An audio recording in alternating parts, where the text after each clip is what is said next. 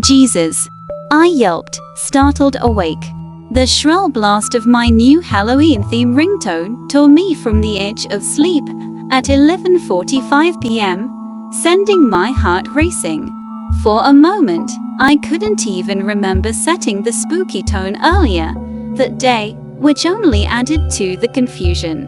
It took me an embarrassing amount of time to locate my phone, wedged deep between the cushions of the armchair I had dozed off in. The dim glow of static from the widescreen TV was the room's only light, casting an unsettling vibe over everything. Unknown caller. I hesitated before answering, but curiosity won out. Hello, silence. The line was dead, no breathing, no static, nothing. The emptiness was somehow worse. I hung up, frowning. Weird.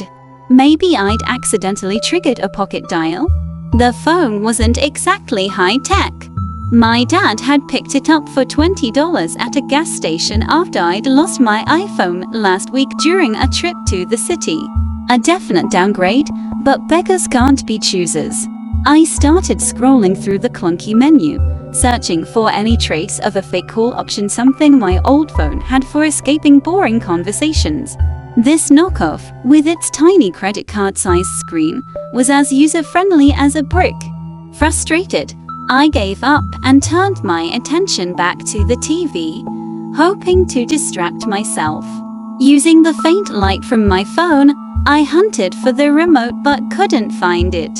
Groaning, I dragged myself out of the armchair and toward the light switch. Halfway there, I froze. The TV had been on satellite channels earlier, but now, static. Analog static. My pulse quickened as I sprinted to the switch and slapped it on. The overhead light flooded the room, revealing nothing. Just furniture, shadows, and my own paranoia. I laughed nervously, shaking off the creeping unease. Being alone in the house for the first time in forever had me on edge. Mom and Dad were attending a wedding out of town, a rare overnight trip for them. I should've been reveling in the solitude, but instead I felt watched. Still, the remote remained missing, so I went back to the armchair, tossing my phone onto the cushion as I dug around in the sides.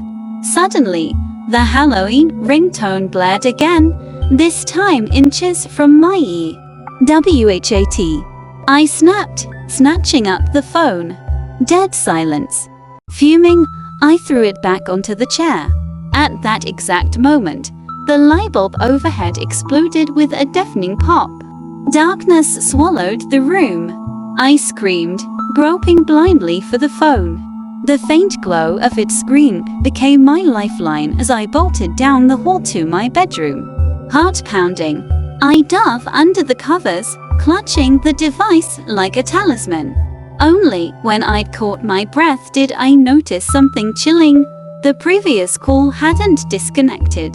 The number on the screen wasn't unknown anymore. It was my old number, the one from the phone I'd lost.